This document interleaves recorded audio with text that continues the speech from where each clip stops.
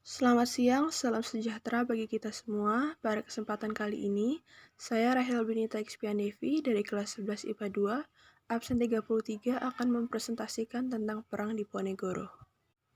Pembahasan yang akan dibahas pada video kali ini adalah latar belakang, penyebab, strategi, dan akhir Perang Diponegoro.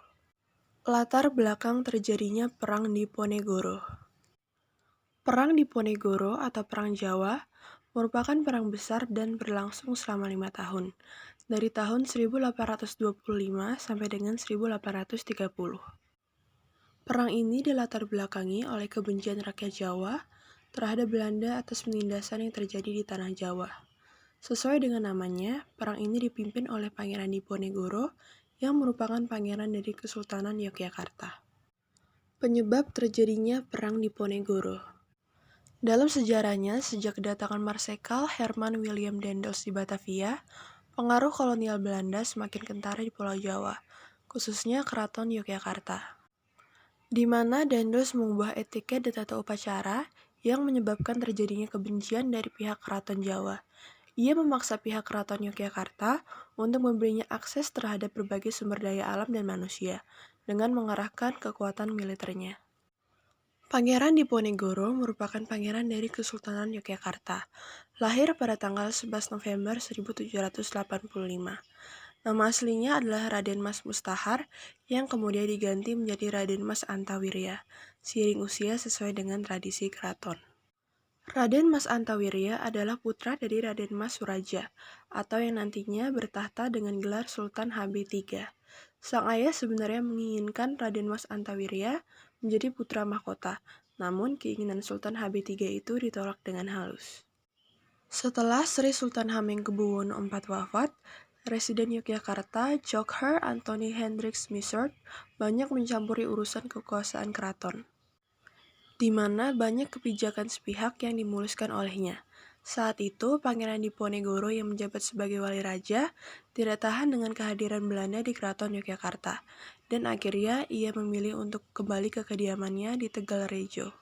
Strategi pada Perang Diponegoro.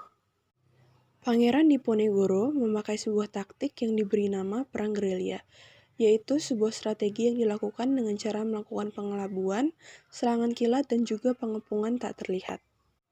Strategi ini dilakukan bersama rakyat dengan membangun pertahanan di Selarong, tepatnya di sebuah goa. Hal-hal yang dilakukan ialah 1. Merencanakan serangan ke Keraton Yogyakarta. 2. Mengirim kurir kepada para bupati atau ulama. 3. Menyusun daftar nama bangsawan. 4. Membagi kawasan Kesultanan Yogyakarta.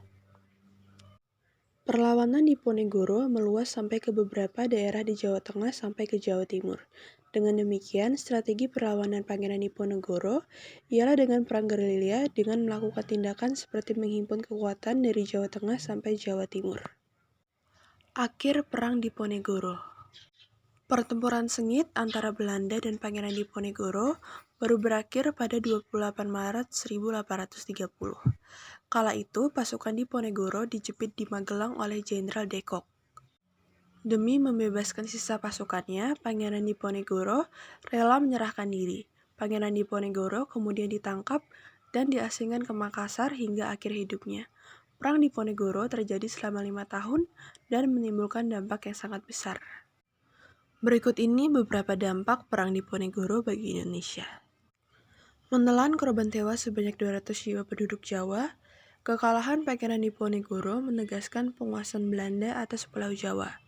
Raja dan Bupati Jawa tunduk pada Belanda. Sekian yang dapat saya sampaikan. Semoga video pembelajaran ini dapat berguna. Mohon dimaafkan jika ada kesalahan kata atau penulisan. Terima kasih.